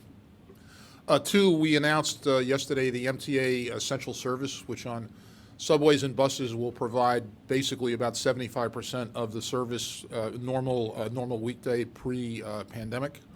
And the plan that Sarah and Craig and Kathy Rinaldi and Phil Eng put together can be tweaked. And Sarah noted that in Staten Island, the Amazon facility has been hiring more people, which is good.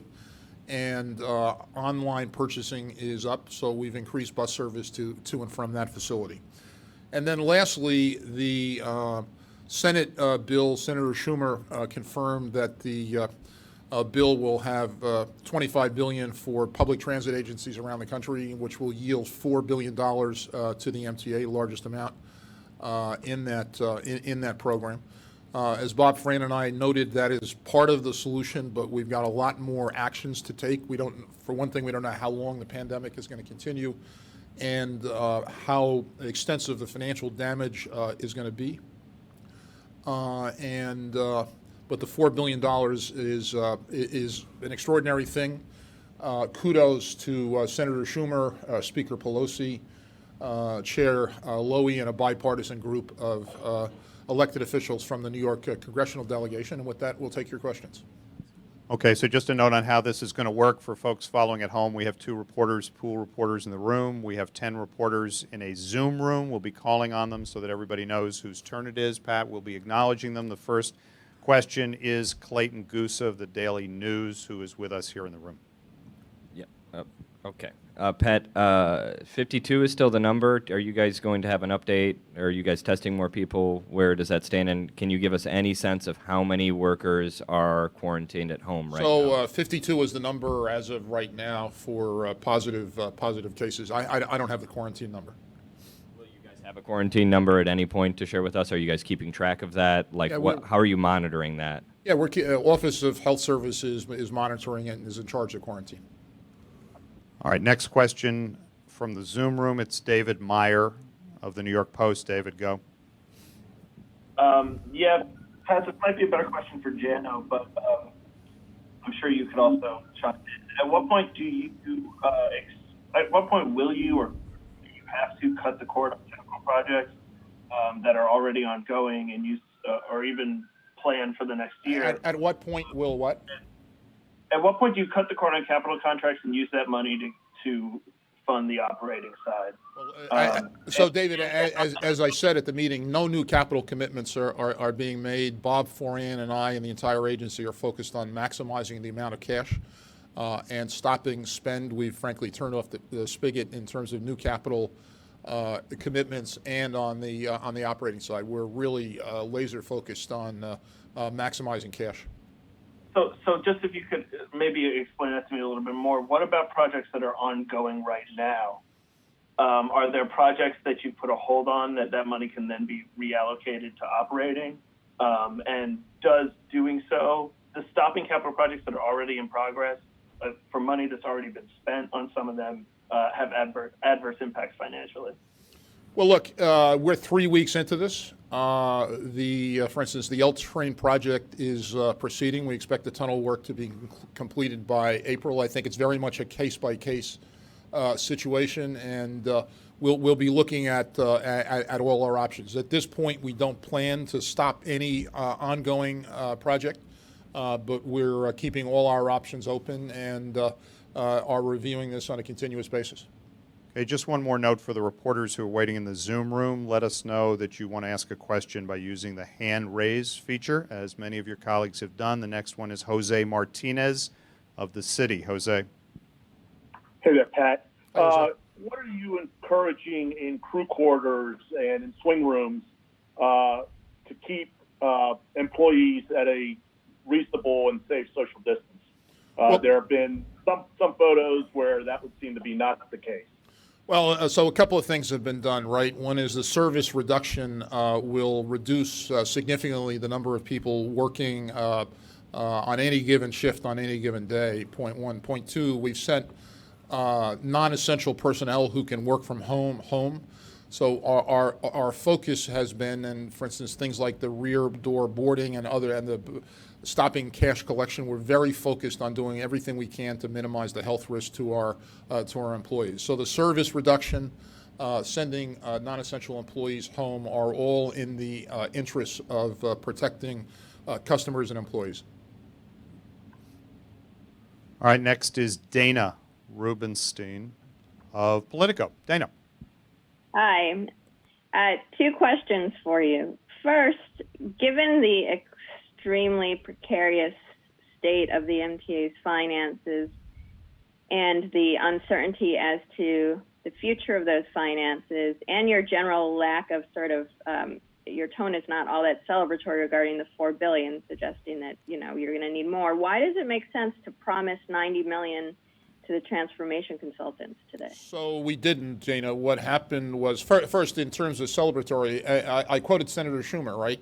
The passage of the bill and $25 billion for public transit and $4 billion for the MTA is not a moment to celebrate. This was all done out of necessity. Look, our financial situation is precarious. We had taken steps and had some actions already in place in terms of the line of credit.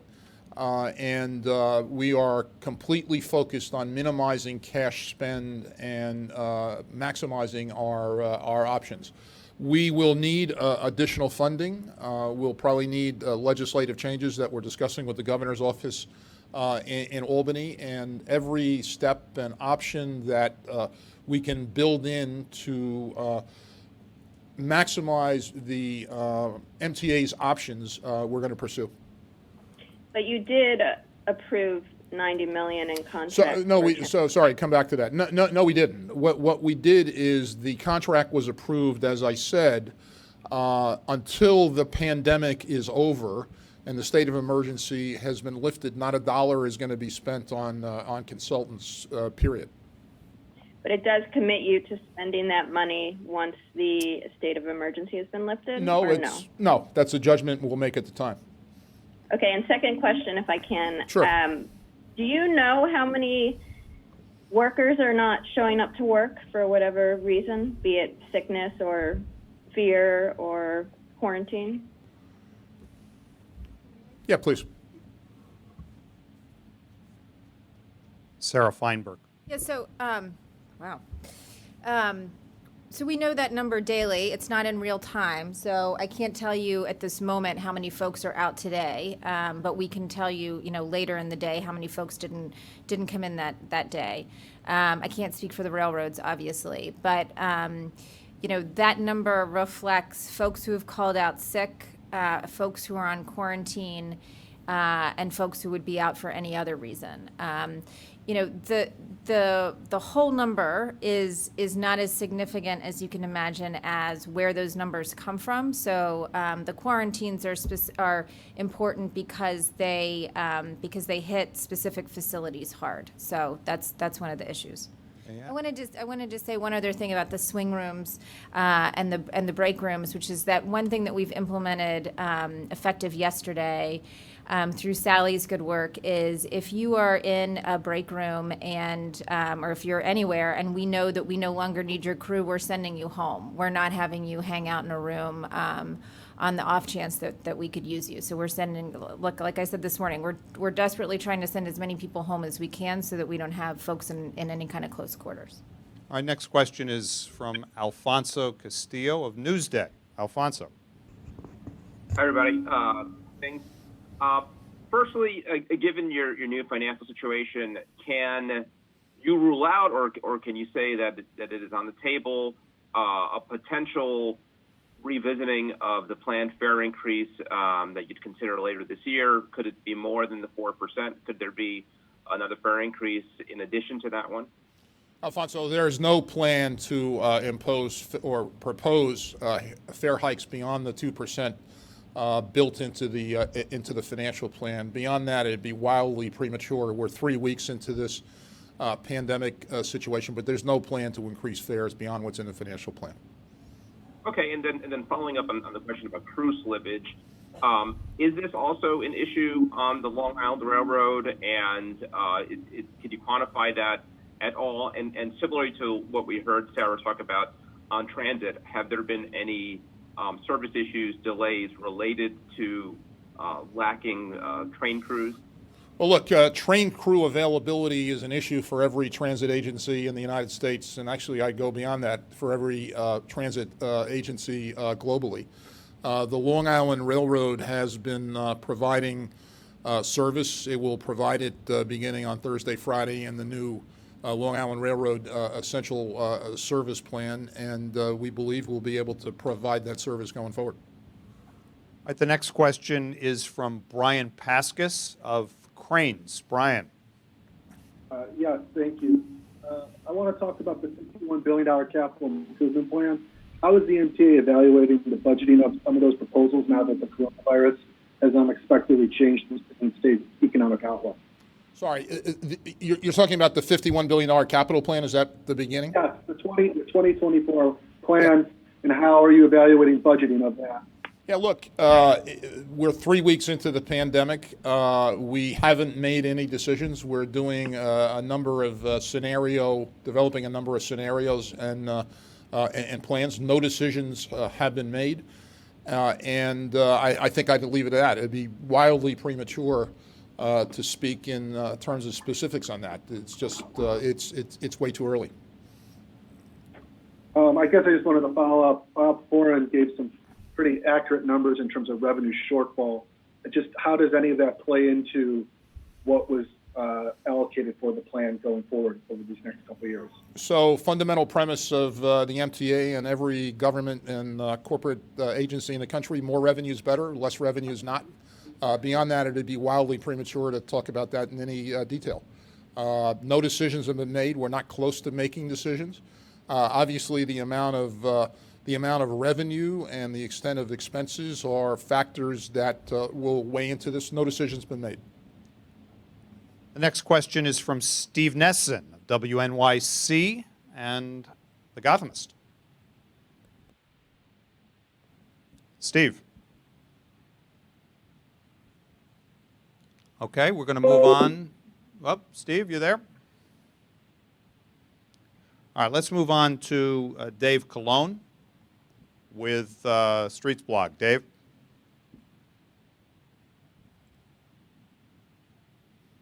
Dave, you there? Yeah, am I unmuted now? You are on the air, Dave. Okay, great. Pat, I know that you and Dana talked a little bit about the federal bailout. I'm just curious if you have a number on how much more the MTA might need going forward? Well, look, as Bob Foran discussed at the meeting, One, great deal of uncertainty about all these things. We're 3 weeks into the pandemic, how long it lasts, what the recovery is, et cetera, things that are unknown. We are looking at every possible scenario. There's a number of steps that Bob and I and the team are putting together as options. The drawing down the $1 billion line of credit was a positive from a liquidity point of view. The passage of the $25 billion for transit, across the nation and $4 billion for the MTA is incredibly good news. Before that, we're at $3.5 billion of liquidity for the end of March. It is we're very early in this pandemic. And we're going to take whatever actions are necessary and prudent to minimize cash spend and to give the MTA as much optionality as possible. And do you think that the $25 billion overall was enough for the transit world? I'm sorry? The larger number nationally, I'm just curious. Do you think $25 billion was enough? Look, I think the fact that a bill was passed on a national basis for public transit, was a good thing. I think $4 billion is a significant amount of money for the MTA. It doesn't solve all our problems, and it's going to depend on many things that are unknown, at this period of time, like how long the pandemic lasts, how long it has an effect on the economy, when the recovery starts, and how robust the recovery is, and lots of other factors that no one, including us, has any visibility into. All right, we've got now Christina Goldbaum from the Times. Christina. Can you hear me? Hi, Christina. We do. Yeah. I want to go back to what we're talking about with the capital plan. I understand if it's too early to talk in specifics about changes, but do you think that it's fair to say that the crisis is going to force at least some kind of rethinking of the capital plan? Well, look, we're going to look at every part of the MTA's expense structure, capital structure, revenue structure, et cetera. At this point, 3 weeks in, it's just wildly premature to make recommendations or judgments on any of that, including the capital plan. Obviously, the pandemic is a significant material event for every governmental body and business, and not-for-profit, for that matter, entity in the United States, including the MTA. Okay, and then and so sorry. Also, just one more question. Going back to the $3.8 billion in federal funds that you guys, have now. Today, Bob was saying that you actually need around $5 billion. Generally, if the trends that we're seeing continues, how long are the federal funds that you guys now have going to help shore up, your operating budget before you're going to need more federal funds? Well, more federal funds, but we're not just relying on the federal government. There are actions that we can take on our balance sheet that are being explored and will be discussed with the Finance Committee and with the board in the future. I think there's a whole range of actions that could be taken, and I can assure you we're going to nail every one of them down in terms of advantages, disadvantages, degree of difficulty in implementation, et cetera. All right, we're going to go back and try Steve Nesson again with WNYC. Steve, you with us? Steve? All right. Strike two. Over to Paul Berger with the Wall Street Journal. Paul. Hi, Pat. Can you hear me? I can hear you, Paul. How are you? Great, thanks. Good, thank you. I just wanted to ask about the $4 billion. Am I right in remembering that that's what you asked for? And so I'm just wondering, if you asked for $4 billion and you got $4 billion, why are you not all that, not happy enough about it? And should you have asked for more? Well, no, look, I'm happy, as I quoted Senator Schumer, right? This is not a time to be celebrating or opening champagne, right? But it is positive news, very positive news, given the challenges that the MTA faces, and I think a really positive piece of news. As I said, there are other actions that the MTA can take. We're looking at all of those. And we want to have as many options and as much optionality as possible built into the the capital structure, the expense structure, et cetera. And that's our goal. But should you have asked for more, maybe? You know, look, I think that we asked for a healthy number. We got a healthy number. I think that I think it is really positive news that we got $4 billion, and I applaud the work of Senator Schumer and Chair Lowy, et cetera. And just on a different subject regarding the worker outages, Sarah said that you do have a number, but she never actually said what the number is. So is it possible to find out how many workers were absent yesterday, for example? Yeah, Paul, we'll consider that one, and Tim will get back to you. And now we're going to come back to the room, Pat, for Dan Rivoli, New York 1. How you doing? Just before I get to my question, can I just ask as a point of clarity on a term you use when you say capital commitments? Is that the same thing as saying contract? You're holding off on contracting out more work? Is that a commitment? Yeah. Okay, good. Okay, for my question, I understand how the MTA arrived at $4 billion. I also understand how the MTA has been saying that they don't know the extent of this crisis and its impacts. When I did my original story, I asked Congressman Nadler, and he said, quote, they should have asked for more. Why didn't you ask for more than $4 billion, given that you don't know the extent of the coronavirus outbreak's impact on the MTA? Look, going in and asking for numbers that we don't have any visibility into, we didn't think it'd be well received or prudent. We had great visibility into the $4 billion, getting the $4 billion and having it passed or having it put together last night and obviously sent hopefully soon to the president for signature is a major positive. There are, as I mentioned, a significant number of other steps that the MTA can take to increase liquidity by actions on our part. As I also mentioned, we're looking to working with the governor's office in terms of legislative changes in Albany, that changes to state law that we think will help. And there's a whole list of alternatives like that, both on the income and expense side and on the capital side. And just to follow up with Interim President Sarah Feinberg said about the number of workers, and if anyone can correct me if I'm wrong, other agencies like NYPD are reporting regularly their people calling out the reduction in workforce. Can New York City Transit just, for transparency's sake? Tim will get back to you. No, what I'm asking for is, for transparency's sake, can New York City Transit and the operating agencies regularly update on how many crew members are out, just for the sake of transparency going forward, either to the press or post it on its website? Yeah, I mean, we've got nothing else to do right now, so I guess we could just compile those numbers. I mean, Dan, the numbers come in. They don't come in real time, right? So we can give you look back numbers. I'm not sure it helps, but we can consider it. But one thing to keep in mind is it also changes hourly. So sometimes people are quarantined for a certain amount of time. Sometimes they're quarantined for less. Sometimes we proactively quarantine because we want to make sure that we are being as protective as we can of our workforce. And then in follow-up, we realize that, in fact, some of those individuals weren't in close contact with someone who was exposed. And so we're going to bring people back. So I'll consider it. We'll consider it. But in the middle of a crisis, I'm not sure that continuing to run numbers is going to be the best use of time, but we will absolutely look at it. And the last question is from Clayton Gusa right here in the room. Clayton. I got one, and then I got a follow-up from Nesson, who just couldn't get through, if that's okay. The governor has talked time and again about the wave of cases crashing on the healthcare system, but it already appears, because of worker shortages, it's already started to break on the transit system in one form or another. Have you guys put any consideration into calling old transit workers, retired transit workers, out of retirement to come and help? Any consideration towards accelerating training for workers so that you have more bodies to throw at this problem?